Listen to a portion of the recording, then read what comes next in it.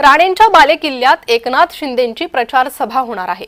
सिंधुदुर्गातील टोपेवाला मैदानावर प्रचार सभा होणार आहे। नगराध्यक्ष आणि नगरसेवकांच्या प्रचारासाठी शिंदेंची ही जाहीर सभा होईल। दीपक केसरकर यांच्या मतदारसंघामध्ये ही सभा। रवींद्र चव्हाण यांनी 2 डिसेंबर नंतर युती टिकवायची असं वक्तव्य केलं होतं। 2 डिसेंबर पर्यंत युती टिकवायची असं ते म्हणाले होते। निलेश राणे यांनी युती तुटण्यात रवींद्र चव्हाण यांचा सहभाग असल्याचा मोठा आरोप केला होता। निलेश राणे यांनी भाजपच्या कार्यकर्त्याच्या घरी स्टिंग ऑपरेशनही केलं होतं। एकूणच आता याबाबत एकनाथ शिंदे काय म्हणतात ते पाहणं महत्त्वाचं असेल आणि या संदर्भात आढावा घेतलाय आमचे प्रतिनिधी सुरेश कौलकेकर यांनी।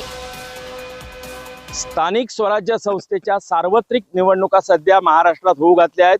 सिंधुदुर्ग जिल्ह्यात 4 ठिकाणी नगरपालिका आणि नगरपंचायतीच्या निवडणुका होणार आहेत। मात्र विशेष म्हणजे तळ कोकणात पहिल्यांदाच शिवसेना आणि भाजप ही वेगळी लढत असताना पहिलीच ही एकनाथ शिंदे यांची जाहीर सभा आहे ती होणार आहे आणि ती सुद्धा निलेश राणे यांच्या बालेकिल्ल्यात ही पहिली सभा होणार आहे। आणि यानंतरची पुढची सभा ज्या 2 होणार आहेत त्या वेंगुर्ले आणि सावंतवाडी येथे दीपक केसरकर यांच्या बालेकिल्ल्यात होणार आहेत। या सभेकडे विशेष लक्ष लागून राहिलंय कारण निलेश राणेंनी महायुती ही तुटली त्याला कारणीभूत हे रवींद्र चव्हाण भाजप प्रदेशाध्यक्ष रवींद्र चव्हाण यांच्यावर जो आरोप आहे तो केलेला आहे आणि सातत्याने रवींद्र चव्हाण हे 2 तारीखचं अल्टिमेट देत आहेत।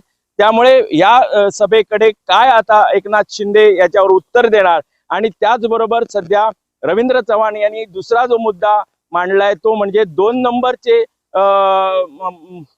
नंबरचा जो विषय आहे तो मांडलेला आहे। त्यामुळे 2 नंबरचे मंत्री म्हणजे उपमुख्यमंत्री एकनाथ शिंदे यांचं नाव न घेता टीका केली आहे। त्यामुळे या सर्व टीकेला एकनाथ शिंदे काय उत्तर देणार आणि एकूण ही ज्या इथल्या सभांचा जी सुरुवात आहे ती मालवण येथून होणार आहे। त्यामुळे या सभेकडे सर्व राज्याचं लक्ष लागून राहिलं आहे। सुरेश कौलकेकर, जय महाराष्ट्र, मालवण, सिंधुदुर्ग।